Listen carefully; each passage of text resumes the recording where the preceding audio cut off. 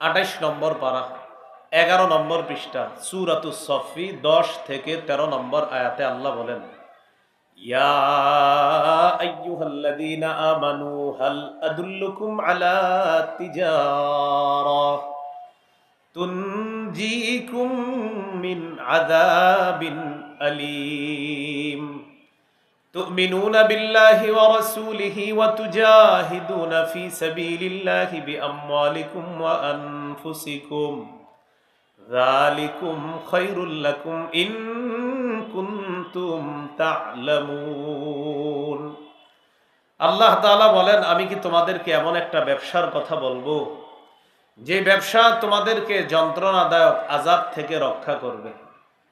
সেই ব্যবসা হলো তোমরা আল্লাহকে বিশ্বাস করবা, রসুলকে বিশ্বাস করবা, জানমাল নিয়ে আল্লাহর রাস্তায় লড়াই করবা। এটাই তোমাদের